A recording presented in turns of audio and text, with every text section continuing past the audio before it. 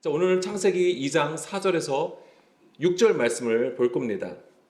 오늘 우리가 나눌 말씀인데 우리 함께 읽어볼게요. 4절부터 6절 말씀입니다. 이것이 천지가 창조될 때에 하나님과 땅의 내력이니 여호와 하나님이 땅과 하늘을 만드시던 날에 여호와 하나님이 땅에 비를 내리지 아니하셨고 땅을 갈 사람도 없었으므로 들에는 초목이 아직 없었고 밭에는 채소가 나지 아니하였으며 안개만 땅에서 올라와 온 지면을 적셨더라. 아멘.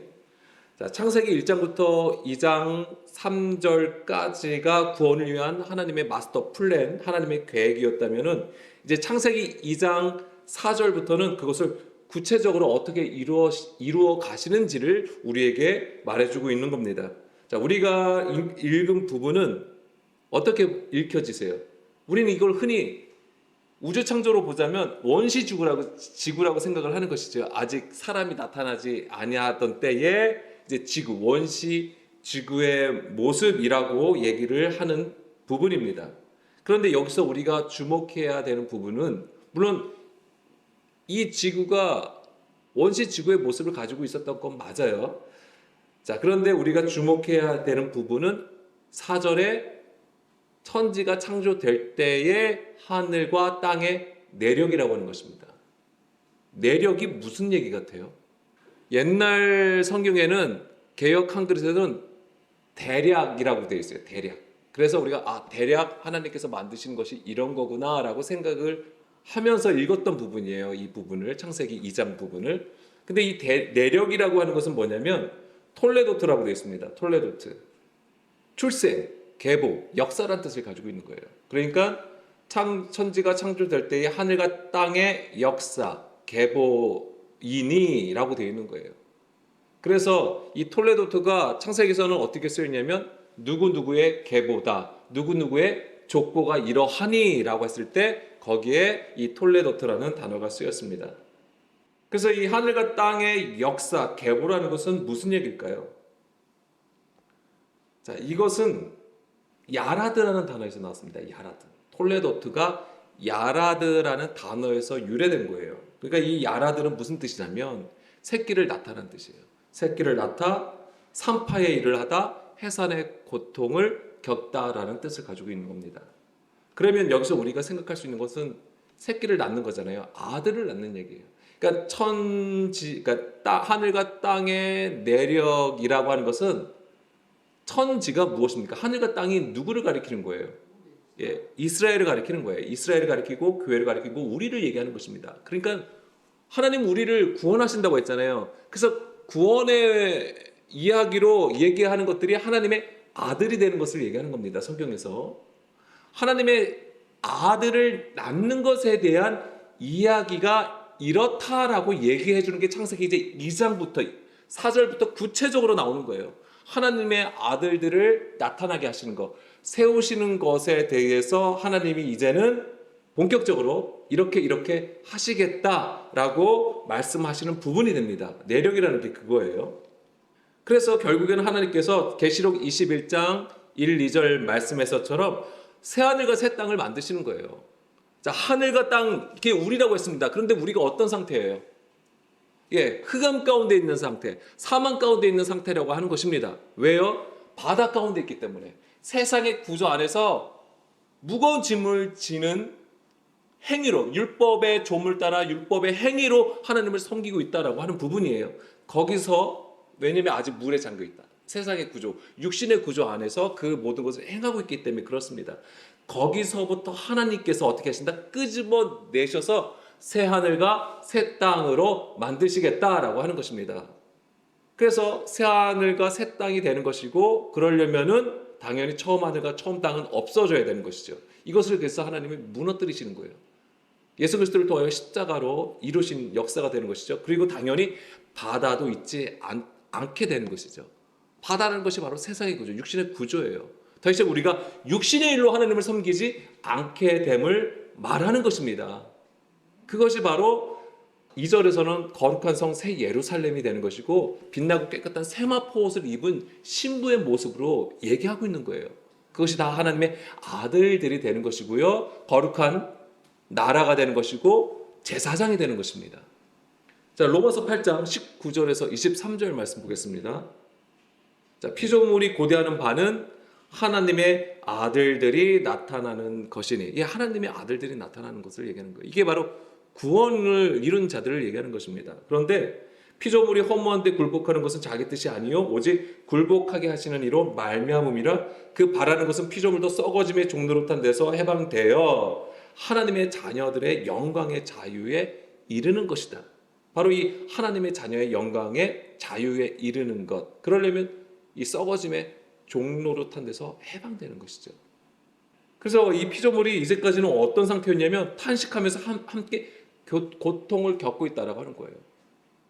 그래서 이 모든 것이 뭐냐면 23절에 바로 끝에 우리 몸의 속량을 기다린다고 했잖아요. 바로 왜 이것을 뭐냐, 이게 이제 해산의 수고를 통하여서 이루게 되는 예수님의 일이 되는 것이죠. 그래서 이 그리스도의 속량하심을 따라서 하나님의 아들들이 나타난다고 하는 것입니다. 이것을 위해서 탄식과 고통을 겪고 있는 것인데 이것이 바로 아들을 낳는 해산의 수고라고 하는 것입니다. 이게 해산의 수고예요. 그러니까 우리가 그냥 하나님 믿어서, 예수님을 믿어서 그냥 하나님의 아들들이 되는 게 아니에요. 우리가 그 흑암 가운데 율법 아래에서 종노릇하는 가운데에 거기서 나오려면 해산의 수고를 통하여서 그 아들을 낳는 그 고난이 있다라고 하는 것입니다. 그 고난을 말씀으로 이겨낼 때에 바로 아들을 낳는 것인데 그게 바로 하나님의 아들들이 되는 것입니다. 그래서 이제는 17절을 보게 되면 8장 17절에서 우리가 보게 되면 우리가 그리스도와 함께 영광을 받기 위하여 고난도 함께 받아야 한다고 말하고 있는 거예요. 그리스도와 함께 상속자가 되기 위해서. 이것은 뭐냐면 예수님도 한몫 받고 나도 한몫 받는 게 아니라 이게 뭐예요? 그리스도 안에 있음을 얘기하는 것이죠. 온전한 하나님의 진정한 아들은 예수 그리스도가 되는 것입니다. 그럼 우리도 뭐냐면 그 상속자가 되려면 그리스도 안에 있을 때에 그 상속자가 되는 거예요. 우리가 하나님의 아들이 된다고 하는 것 또한 그리스도 안에 있을 때에 하나님의 아들이 되는 것입니다. 예수님이 첫째 아들이고 우리는 그 다음에 둘째, 셋째, 넷째 되는 게 아니에요. 예.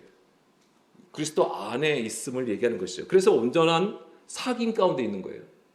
하나님과 그 아들과 온전한 사귐, 교제 가운데 있는 것을 말하는 것이죠. 자, 이런 얘기가 이런 부분에서만 있는 게 아니라 계시록 12장에서가 분명히 말하고 있는 거잖아요. 계시록 12장에 보면은 누가 나옵니까? 해산의 고통을 겪는 한 여자가 나오고 그가 아들을 낳잖아요. 그가 아들을 낳을 때에 누가 그 아들을 삼키려고 합니까? 용이 삼키려고 하죠. 왜요? 그 아들은 어떤 자입니까? 장차 만국을 다스릴 자다라고 하는 것이죠. 철장으로 만국을 다스릴 남자이기 때문에 그렇습니다. 철장이 무엇입니까? 말씀으로요. 그 말씀으로 다스린다라고 하는 것이죠. 그럼 왕이죠. 진정한 왕이 나타나는 것입니다. 하나님의 아들들을 얘기하는 것이죠. 그래서 용이 그 해산하는 여자 앞에서 그 아이를 삼키려고 하는 것이죠. 예수님은 그 믿음으로, 그 말씀을 따라가는 그 믿음으로 이 세상을 이기셨습니다. 아멘. 예, 용을 이기셨어요. 근데 용은 계속 가만히 있지 않죠. 계속 뭐예요? 하나님의 아들들이 나타나는 것을 어떻게 하겠어요? 방해하겠죠. 못하게 하는 것입니다. 그것이 이제 우리가 출애굽기 1장에서 볼 수 있는 거예요. 무엇입니까? 출애굽기 1장 10절, 11절, 12절 말씀을 보게 되면 요셉을 알지 못하는 왕이 나타나요. 이제 처음에는 요셉이 총리로 있었잖아요. 그럼 한동안은 그 요셉을 되게 좋게 여겼던 애굽 사람들이 굉장히 아무래도 친하게 지냈겠죠. 근데 세월이 지나가면서 요셉을 알지 못하는 새 왕이 나타나게 되는 것이죠. 요셉은 당연히 예수 그리스도를 얘기하는 거예요. 그러니까 예수님을 알지 못하는 새 왕, 그러니까 뭐예요? 세상 임금이 나타나는 것입니다. 하나님의 뜻이 아니라 자기 뜻대로 행하는 왕이 나타나는 것이죠. 그러면서 어떻게 되죠? 이스라엘을 괴롭히게 되는 거예요. 이제 이스라엘의 수가 점점 많아지고 강성해져요. 그러니까는 이 세상 임금이 이들을 가만히 놔두면 안 될 것 같아. 그러니까 어떻게 핍박을 해요. 근데 핍박하는 방법이 무엇이었냐면 국고성 비동과 라암셋을 짓게 하는 거예요. 물론 이 출애굽에서는 그들의 어떤 신전과 창고를 짓는 모습이지만 사실 이게 뭐예요? 예수님의 당시의 관점으로 보게 되면은 하나님을, 사람의 열심으로 하나님을 섬기게 한다고 하는 것입니다. 이게 그러니까 자꾸만 뭐예요? 사람의 계명을 따라서 하나님을 섬기게 하는 거예요. 그래서 계속 무거운 짐을 지게 하는 거예요. 그래서 율법을 넘어서 율법을 해석하여서 이것도 해야 되고 저것도 해야 되고, 이거 하면은 너가 불법이야, 죄가 되는 거야. 이제 이런 식으로 계속 무거운 짐을 지게 함으로써 하나님을 섬기게 한다고 하는 거예요. 그 상태가 되는 거예요. 그것이 바로 사단의 전략인 거예요. 용이, 사단이 하나님의 아들들이 나타나지 못하게 하는 방법이에요. 그게 율법을 가지고, 하나님의 말씀을 가지고 얘기하면서 뭐예요? 불법을 저지르게 한다고요. 그것은 이 출애굽기만의 얘기가 아니에요. 초대교회 때도 마찬가지예요. 그래서 초대교회도 분명히 예수 그리스도의 복음을 받아들였음에도 불구하고 계속 보면은 책망의 말씀들이 나가잖아요. 왜 그러냐면 섞여 있는 거예요. 그리스도를, 그러니까 예수님을 믿는 것과 유대교가 자꾸만 섞여 있는 거예요. 그러면서 또 헬라 문화까지 계속 접하게 되니까 이게 굉장히 섞여 있음으로써 그 온전함으로 나가지 못하는 것이죠. 깨끗함에서 벗어나는 거예요. 그러니까 계속 책망하는 거예요. 어린아이의 일을 구한다 라고 얘기하는 것입니다. 그래서 모든 시대와 세대를 거치면서 이 하나님의 아들들이 나타나지 못하게 하는 것이 바로 사단의 전략이었고, 그렇게 방해를 했던 것입니다. 자, 고린도후서 11장 2절에서 3절 말씀 보겠습니다.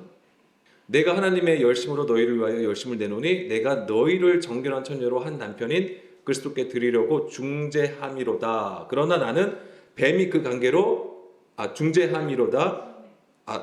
죄송합니다. 중매함이로다. 그러나 나는 뱀이 그 관계로 하와를 미혹한 것 같이 너희 마음이 그리스도를 향하는 진실함과 깨끗함에서 떠나 부패할까 두려워하노라. 복음을 전했어요. 그런데 왜 걱정합니까? 뱀의 미혹이 있다라고 하는 거죠. 뱀의 관계로 인하여서 그 하나님 그리스도를 향하는 그 진실함과 깨끗함에서 떠날까 부패할까 걱정이 된다고 하는 것입니다. 그러니까 뱀의 미혹은, 이 사단의 전략은 굉장히 강력한 것입니다. 물론 걱정하지 마세요. 믿음은 그것보다 더 강력한 겁니다. 다만 우리의 믿음으로는 안 돼요.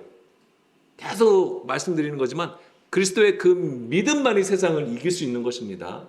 아멘. 그래서 이 정결한 처녀로 한 남편이 그리스도께 드리는 것은 바로 이 진리의 말씀으로 거듭나게 하는 것을 말하는 거예요. 이 진리의 말씀으로 거듭남이 곧 아들을 낳는 것을 말하는 것입니다. 근데 이것을 방해하는 것이 바로 뱀의 미혹이라고 하는 것이고, 이 뱀의 미혹은 창세기 3장에 그 뱀의 미혹, 선악과를 먹게 하는 것을 말하는 거예요. 그게 다 뭐예요? 사람의 가르침으로 행하게 하는 것입니다. 그래서 뱀의 미혹은 바로 이 사람이 계명, 장로들의 전통과 유전으로 불법을 행하게 하는 것이죠. 이게 사단의 전략인 것이고, 그렇게 해서 하나님을 떠나게 만들어버려요. 하나님을 섬기고 있는데도 불구하고 불법을 행함으로써 하나님과 그 마음이 멀어지게 하는 것입니다. 그 그림이 바로 에덴 동산에서 쫓겨나는 것을 얘기하는 거예요. 자, 미리 말씀을 드리는 거지만 이 하나님의 아들로 서는 것, 나타나는 것은 이 하나님의 거룩한 백성이 되는 것이고요. 하나님 앞에서 온전히 섬기는 제사장이 되는 것을 말하는 것입니다. 자, 에덴 동산의 이야기가 사실은 우리가 생각하는 그런 동산의 이야기가 아니라고 말씀을 드렸습니다. 바로 성전에 관한 것이라고 말씀을 드린 적이 있습니다. 그러니까 에덴 동산에 하나님이 사람을 두시잖아요. 그 사람을 두시면 곧 제사장을 세우신 것을 말씀하신 거예요. 그러니까 우리가 이 창세기 1장부터 3장의 그림을 보면서 어떤 낙원으로 생각하시면 안 돼요. 파라다이스, 사람이 살기 좋은 그런 어떤 한 공간으로 생각하시면 안 돼요. 바로 성전의 이야기라고 하는 것입니다. 다시 창세기 2장 4절로 돌아가서요. 하늘과 땅의 내력은 바로 하나님의 아들을 낳는 것에 관한 것이고요. 성전에서 하나님을 섬기는 제사장을 세우는 것을 말씀하시는 것입니다. 그러면서 여호와 하나님이 땅과 하늘을 만드시던 날에라고 되어 있잖아요. 여기서 되게 중요한 게 있습니다. 그 전에는 나오질 않아요. 근데 여기서 갑자기 나옵니다. 무엇일까요? 네, 침묵을 하셔서 제가 말씀을 드리겠습니다. 여호와, 이 이름이 나옵니다. 여기서 처음 나와요. 물론 우리가 여호와가 하나님 아니야? 이렇게 생각하잖아요. 예, 뭐 같은 건데, 자, 구분을 먼저 말씀드리면 앞에서 1장에서도 하나님이 나오죠. 근데 여호와 하나님으로는 안 나와요. 그냥 하나님이 나와요. 근데 거기서 하나님은 뭐라고 써 있냐면 엘로힘이라고 되어 있습니다. 엘로힘은 일반 명사예요. 일반 명사라고 하는 것은 다른 종교나 다른 지역에서 신이라고 했을 때도 엘로힘이라고 말할 수 있다라고 하는 거죠. 근데 여호와는요, 고유명사예요. 예호바, 야훼라고 하는 것이죠. 고유명사입니다. 오직 그 사람한테, 그러니까 그분한테만 쓸 수 있는 단어예요. 예를 들면 다른 종교의 다른 신에게 여호와라고 얘기할 수 없다라고 하는 것이죠. 이게 바로 하나님의 이름이 여기서 나타납니다. 이게 굉장히 중요해요. 왜냐하면 자, 이게 땅과 하늘과 땅에 내려 그 아들을 낳는 것에 대해서 말씀을 하셨잖아요. 그러면서 이제 여호와라는 이름이 등장하는 것은 하나님께서 본격적으로 우리 가운데 임하셔서 그 아들을 낳는 일에 온전히 개입하시겠다, 일하시겠다라고 보여주시는 그림이에요. 이게 우리는 단순히 그냥 여호와 하나님, 하나님이 또 그냥 그 이름을 적었구나라고 보는 것이지만 그 의미는 우리가 생각했던 것보다 더 큰 역사예요. 이 이름의 등장만으로도. 그래서 우리는 이제 여기서부터 이제 여호와 이름이 나왔다고 하지만은 이스라엘 백성에게 있어서는 이 여호와의 이름을 그들은 알았을까요? 몰랐을까요? 누구에게 처음 이 이름을 알려주셨을까요? 아브라함이 알았을까요? 야곱이 알았을까요? 이삭이 알았을까요? 이 창세기의 수신자가 누구라고 말씀드렸어요, 제가. 이스라엘인데 어떤 이스라엘? 출애굽한 이스라엘이잖아요. 모세오경이래요. 모세오경. 창세기 때는 이 창세기의 이야기를 누가 하나님으로부터 받아서 기록을 한 거냐면 모세예요. 그러면서 이 여호와의 이름도 모세에게 처음에 말씀해 주신 거예요. 아브라함도 여호와라는 이름을 알지 못했어요. 그들도 그냥 하나님이었어요. 엘로힘. 이삭도 그렇고 야곱도 마찬가지예요. 자, 그게 어디 있냐면은 자, 출애굽기 3장 2절부터 볼게요. 이게 출애굽기를 볼게요. 창세기의 이 창조 역사는 우리가 출애굽기를 통해서 더 명확하게 이해할 수 있다라고 말씀드렸어요. 그래서 이 출애굽기에서도 이 여호와라는 이름이 어디에 처음 나오냐면 출애굽기 3장 2절에 처음 나와요. 여호와의 사자가 떨기나무 가운데로부터 나오는 불꽃 안에서 그에게 나타나시니라. 그가 보니 떨기나무에 불이 붙었으나 그 떨기나무가 사라지지 아니하는지라. 자, 여기서 보면 여호와의 사자라고 되어 있어요. 지금 모세 앞에 나타나는 거예요. 떨기나무에 불꽃으로 임하여서 모세를 만나시는 거잖아요. 근데 여기서 여호와의 이름이 나옵니다. 그러면서 출애굽기 6장 1절에서 3절 말씀 보겠습니다. 여호와께서 모세에게 이르시되 이제 내가 바로에게 하는 일을 네가 보리라. 강한 손으로 말미암아 바로가 그들을 보내리라. 강한 손으로 말미암아 바로가 그들을 그의 땅에서 쫓아내리라. 하나님이 모세에게 말씀하여 이르시되 나는 여호와니라. 자, 하나님이 모세에게 말씀하세요. 나는 여호와다. 예호바, 야훼라고 말씀을 하시면서 내가 아브라함과 이삭과 야곱에게 전능의 하나님으로 나타났으나, 하나님으로 나타났어요. 나의 이름을 여호와로는 그들에게 알리지 아니하였다라고 말씀을 하시는 거죠. 그러니까 이 여호와의 이름이 나타나는 것은 모세에게 처음 나타난 거예요. 그러면 당연히 모세에게 나타났기 때문에 창세기 2장, 이제 창조 1장에서 나오는 그 창조의 그거는 마스터 플랜이라고 했잖아요. 큰 그림이에요. 구원을 위한 하나님의 큰 그림이고, 이제 그 큰 그림을 따라서 하나님께서 구체적으로 우리 가운데 임하셔서 일하심이 바로 창세기 2장 4절부터 나오는 거예요. 그래서 이 모세는 이 창세기 2장 4절부터 여호와의 이름을 쓰게 되는 것이죠. 그러니까 이 여호와라는 이름의 등장이 사실 어마어마한 사건이에요, 우리에게는.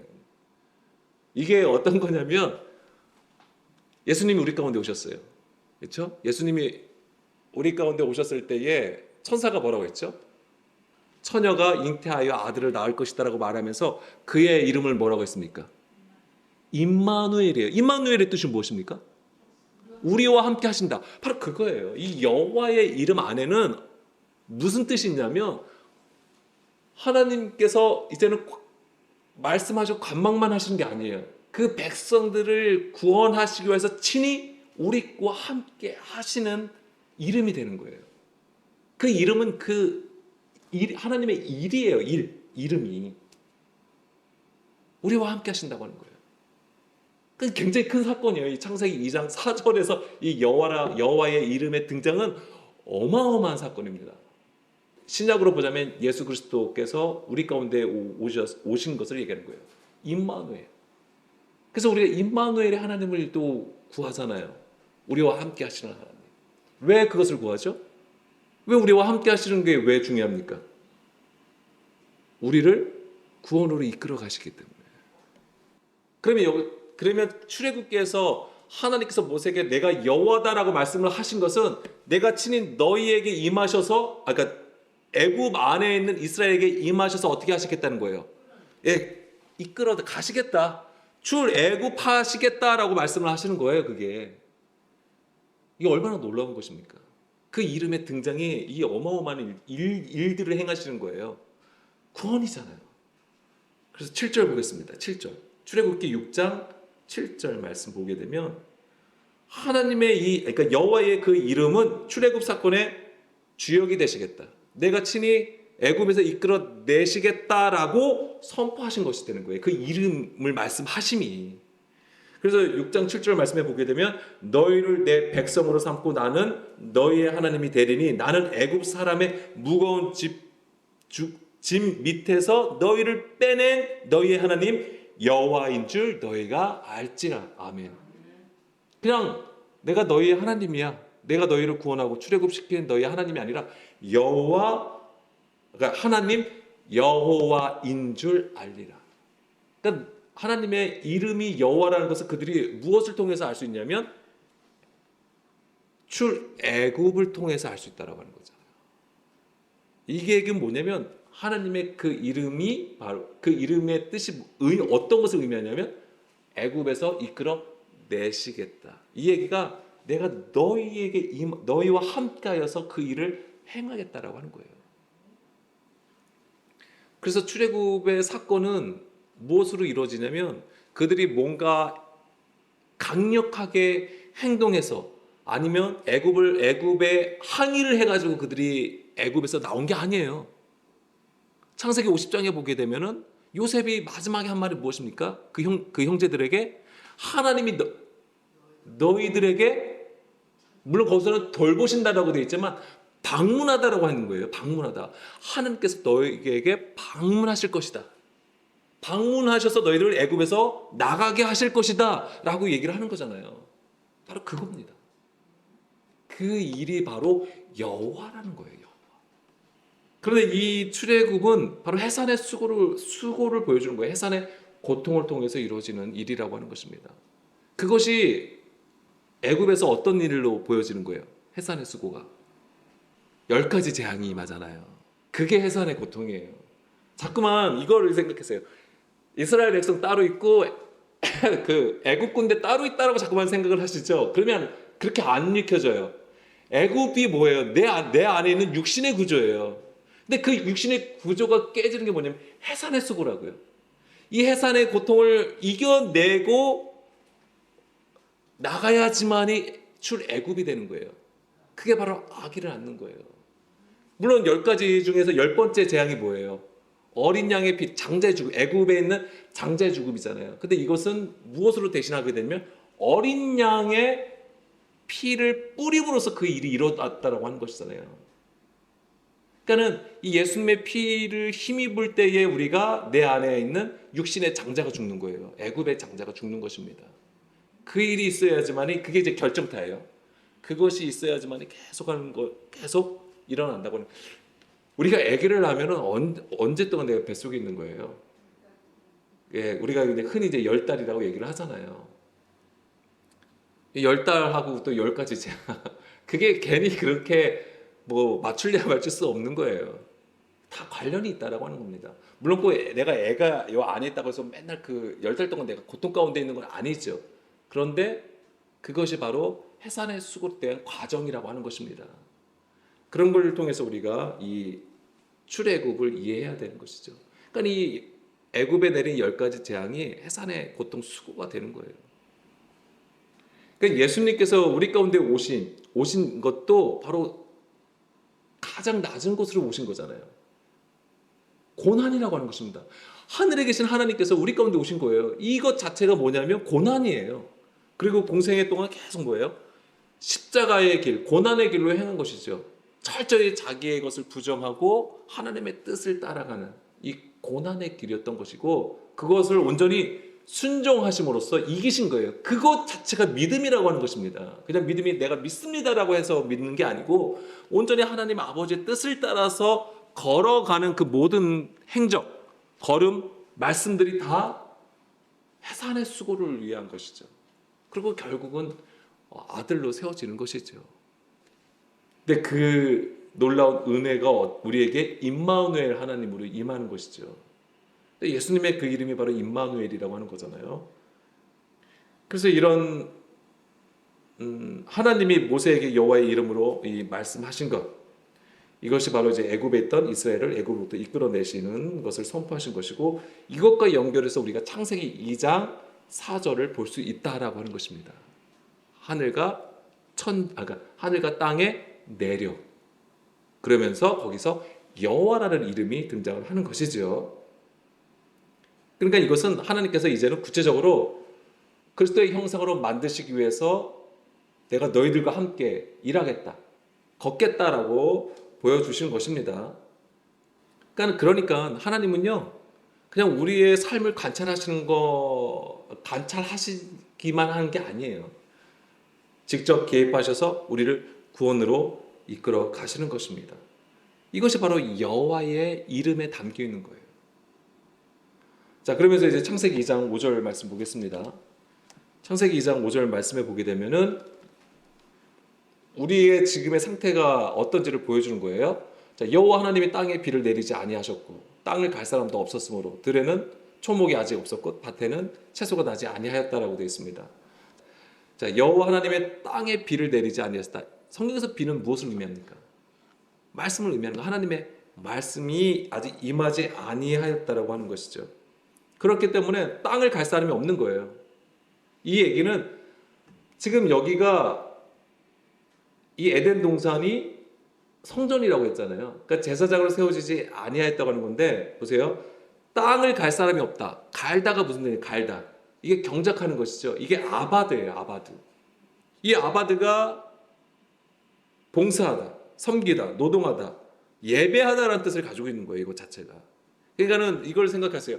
여기서 보는 농사의 그림, 농사의 일로 우리가 보는 것이지만은 사실은 그것하고 이 성전에서 예배 드리는 것, 하나님을 섬기는 일하고는 매우 밀접한 관계가 있는 것입니다. 그래서 사람이 패역하면 땅도 어떻게 됩니까? 그러니까 사람이 부패하면 땅도 부패하게 되는 거예요. 왜냐하면 우리가 창세기 2장 7절 말씀하셨처럼 하나님께서 사람을 지으실 때 뭘로 해요? 땅에 흙으로 사람을 지으신 거잖아요. 그래서 이 사람하고 이 땅은 굉장히 밀접한 관계가 있습니다. 근데 이제 5절에서 6절은 아직까지 이 하나님의 그 제사장이 없는 상태를 보여주는 거예요. 그러면서 이제 7절에 사람을 지으시는 게 나오잖아요. 이제 이게 바로 이제는 비로소 이제 하나님께서 제사장으로 세우시는 것, 사람을 만드셔서 이제 제사장으로 세우시는 그 일이 되는 것이지요. 그래서 창세기 2장 7절 말씀은 우리가 너무나도 많이 나눴던 말씀이지만은 다음 시간에 좀 할 예정입니다. 자, 다시 아까 갈다, 아바드라고 했는데 이게 민수기 8장 19절 말씀을 볼게요. 이것은 예배, 그러니까 성전에서 이 제사장들이 직무하는 거하고 관련되어 있습니다. 여기서 보게 되면은 내가 이스라엘 자손 중에서 레위인을 취하여 그들을 아론과 그의 아들들에게 주어 그들로 회막에서 이스라엘 자손을 대신하여 봉사하게 하며, 여기서 이스라엘 회막에서 봉사하게 하다, 이게 이제 아바드예요. 그리고 출애굽기 3장 12절도 보겠습니다. 출애굽기 3장 12절에서도 하나님이 이르시되 내가 반드시 너와 함께 있으리라. 내가 그 백성을 애굽에서 인도하여 낸 후에 너희가 이 산에서 하나님을 섬기리니 이것이 내가 너를 보낸 증거되라. 여기서 하나님을 섬기리니, 이게 아바드예요. 하나님을 섬기는 것. 그러니까 예배 드리는 것을 얘기하는 겁니다. 하나님을 섬긴다는 게 뭘까요? 이렇게 교회 나와서 예배 시간에 예배 드리는 것이 섬기는 것일까요? 이것도 하나의 그 모습일 수는 있어요. 아니면 우리가 주일 예배 때 찬양하고 예배 드리는 거, 이 모든 것이 사실은 하나님을 섬기는 한 모습일 수는 있습니다. 근데 예배의 진짜 목적은 무엇입니까? 하나님과 교제하는 거예요. 하나님과의 그 사귐 가운데 있는 것입니다. 진정한 교제 가운데 있는 것이죠. 그럼 그 교제는 왜 하죠? 왜 알기 위해서요. 그러니까 하나님을 섬긴다고 하는 거, 하나님을 함께 예배 드린다고 하는 것 자체가 뭐냐면 하나님을 알기 위해서 예배하는 거예요. 이게 빠지면 안 돼요. 단지 내가 밑에 사람이고 하나님은 위에 분이시고 나는 아래에 있는 사람이기 때문에 단지 하나님을 그냥 섬긴다, 하나님을 모신다, 이런 개념이 아니에요. 성경에서 예배를 드리는 것은 하나님을 알아가는 것입니다. 이게 너무 중요한 거예요. 그러니까 기계적으로 교회 나오셔서 예배 드리면 안 돼요. 알아가는 게 필요합니다. 그래서 야다하는 거예요. 야다. 온전히 하나님과 연합하는 것을 얘기하는 거예요. 그런 개념을 우리가 이제는 신약에서 보면 요한일서 1장 3절에서도 우리가 보는 것이죠. 우리가 보고 들은 바 너희에게로 전함은 너희로 우리와 사귐이 있게 하려 함이니. 사귐, 코이노이아. 우리의 사귐은 아버지와 그의 아들 예수 그리스도와 더불어 누림이라. 아버지와 아들과 함께하는 거예요. 그 존재, 그 안에서 함께 존재하는 것. 이게 뭐냐면 서로 알아가는 거예요. 6절, 7절 말씀 보겠습니다. 만일 우리가 하나님과 사귐이 있다고 어둠에 행하며 거짓말을 하고 진리를 행하지 아니함이거니와 그가 빛 가운데 계신 것 같이 우리도 빛 가운데로 행하면 우리가 서로 사귐이 있고 그 아들 예수의 피가 우리를 모든 죄에서 깨끗하게 하실 것이요. 이거 내가 그냥 단지 우리가 예수님의 피로 예수님의 십자가로 말미암아 우리의 죄가 다 씻어졌어, 우리가 깨끗하게 되었어 라고 하는 게 아니에요. 뭐가 있어야 돼요? 우리도 빛 가운데에 행함이 있어야 된다고 하는 거예요. 매일같이 빛 가운데 행하는 거. 이게 뭐예요? 하나님의 말씀을 듣고 지키는 힘이 있어야 되는 거예요. 그래서 오늘 우리에게 주시는 그 양식, 하늘의 양식을 반드시 먹어야 되는 것입니다. 듣고 읊조리고 묵상함이 있어야 돼요. 대새김질을 통해서 계속해서 그 하나님의 그 뜻하신 바가 무엇인지를 깨달아서 나감이 있어야 되는 것이죠. 이게 없으면 하나님을 알지 못해요, 우리가. 그냥 간단한 게 아닙니다. 제가 사실은 이 고난주간에 지금 요일별로 지금 말씀을 물론 예전에도 했던 것들이지만 그걸 계속 나눠주는 건데, 그거는 물론 우리가 다 인터넷 찾아보면 다 있어요. 그런 얘기들. 없는 게 아닙니다. 그런데 그래도 그걸 제가 드리는 것은 계속 대새김질을 통하여 그나마 또 우리가 연약하지만 그래도 그것마저도 우리가 하지 않으면 우리가 정말 놓칠 수 있는 것들이 많다라고 하는 것이죠. 매일매일 내가 예수 그리스도를 기억하기를 원하는 것이고 그분이 말씀하신 것, 그분의 행적을 우리가 보기를 원하는 것이죠. 그러면서 나를 보는 거예요. 나의 불법과 나의 허물과 나의 죄를 깨달을 때에 우리가 그리스도께로 가까이 나갈 수 있다고 하는 것이죠. 오늘 우리에게 허락하신 말씀을 통하여서 그 일은 이루어지는 것입니다. 자, 창세기 2장 15절도 볼까요? 창세기 2장 15절. 여기서도 보게 되면은 이 경작하다가 나오죠. 아바드. 자, 여호와 하나님이 그 사람을 이끌어 에덴 동산에 두어 그것을 경작하며 지키게 하라. 딱 보면은 사람을 에덴 동산에 두어서 밭을 갈게 하시고 경작하게 하시고 그 농사 지은 거 잘 지키게 하신 말씀이 아니라고 하는 거잖아요. 이게 성전에 가는 것이에요. 그래서 이 경작하다, 지키게 하다, 샤마르, 하바드 다 뭐예요? 성전에서 제사장의 직무와 관련된 용어들이라고 하는 것입니다.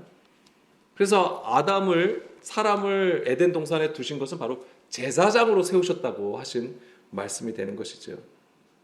자, 하나님께서 주신 말씀을 잘 경작하고 지키지 않으면 무엇이 되는 줄 아십니까? 중간에 막힌 담이 되어버리는 거예요. 이게 에덴 동산에서가 뭐냐면 이게 울타리를 치다라는 뜻을 가지고 있는 거예요. 이 지키게 하다라는 것 자체도 샤마르에도 울타리를 치다라는 뜻이에요. 그런데 이것을 하나님의 뜻과 상관없이 자기의 뜻으로 세워지면 그것이 무엇이 되냐면 중간에 막힌 담이 되어버리는 거예요. 중간에 막힌 담이 무엇입니까? 사람의 계명이라고 하는 것입니다. 그런데 왜 예수님 당시에 그러니까 에베소서 2장 14절, 15절 말씀을 보게 되면 중간에 막힌 담이 나오잖아요.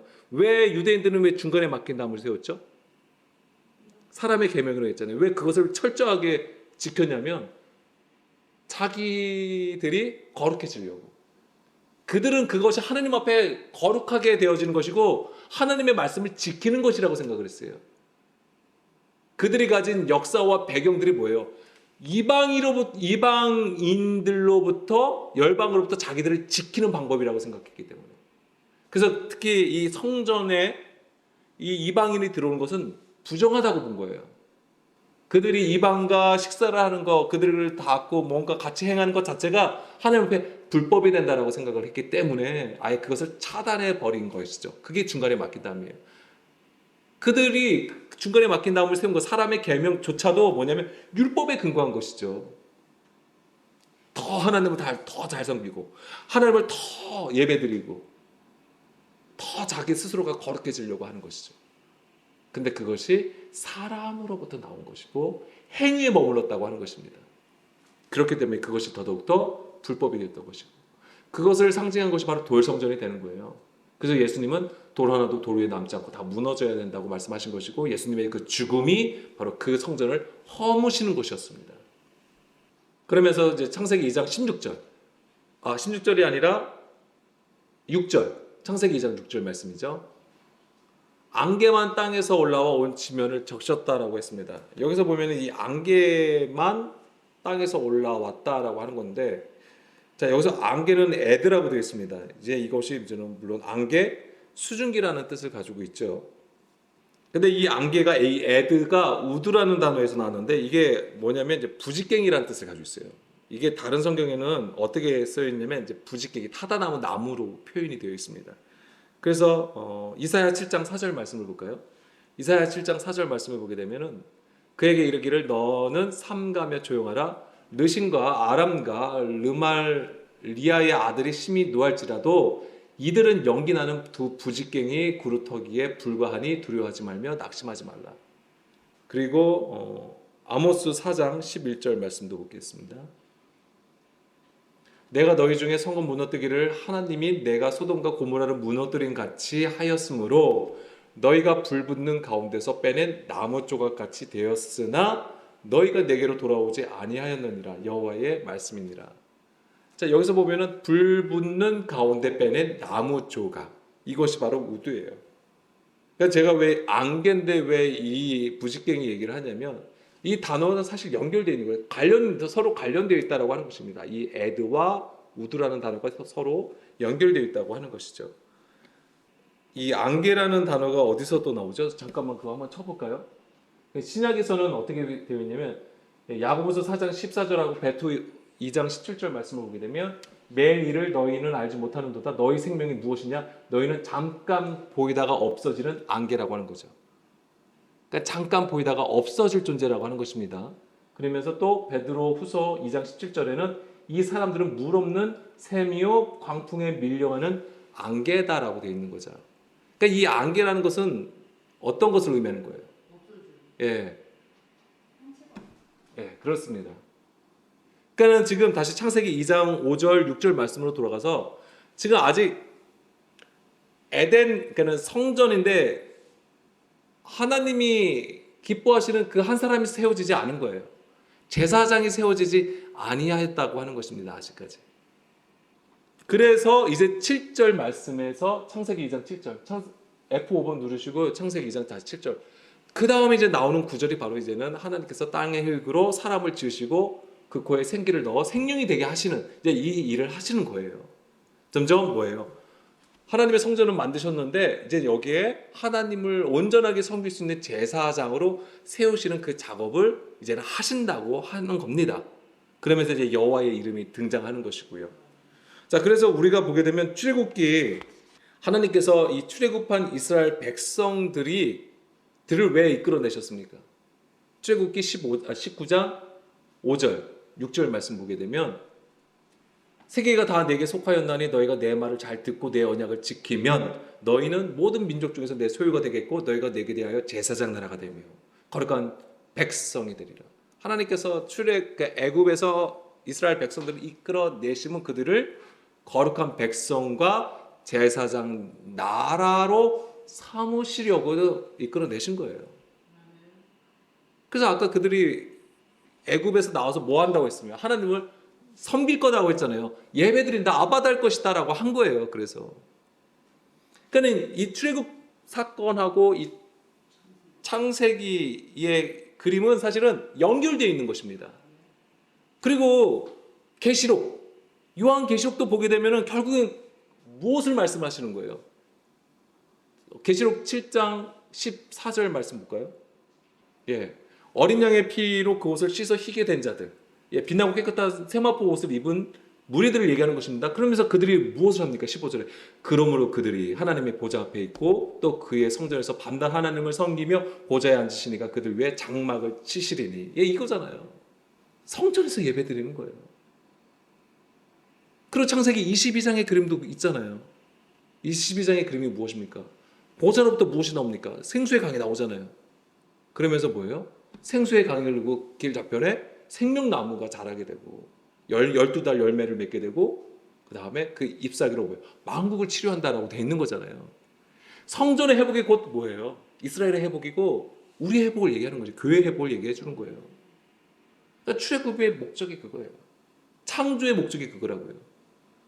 우리가 왜 하나님의 창조의 사역을 따라서 왜 우리가 한 세 사람으로 하나님의 거듭난 그 한 사람으로 왜 서야 됩니까? 무엇이 되기 위해서? 하나님을 온전히 아는 그 아는 자, 제사장으로 되는 것을 말하는 것입니다. 결국 무엇을 위해서요?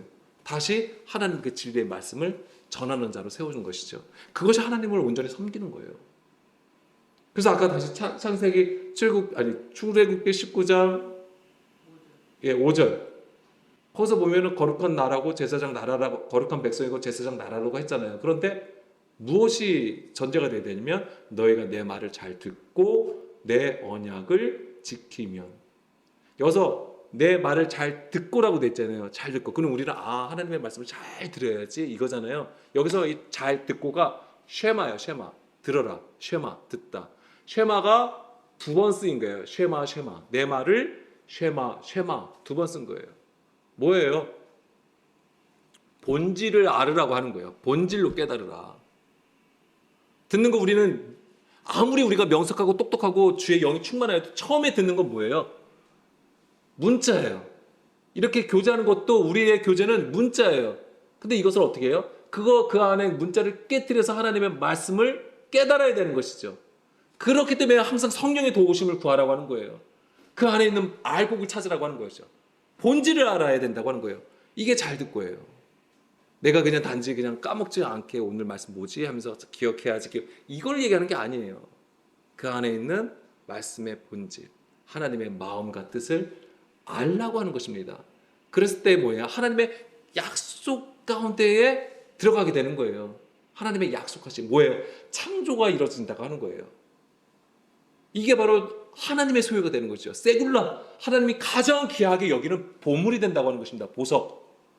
새 예루살렘을 하나님께서 무엇으로 치장한지 아십니까? 보석들로 치장하시는 거예요. 제사장의 겉옷이 에봇이잖아요. 에봇에 무엇을 박습니까? 가슴에? 흉패에?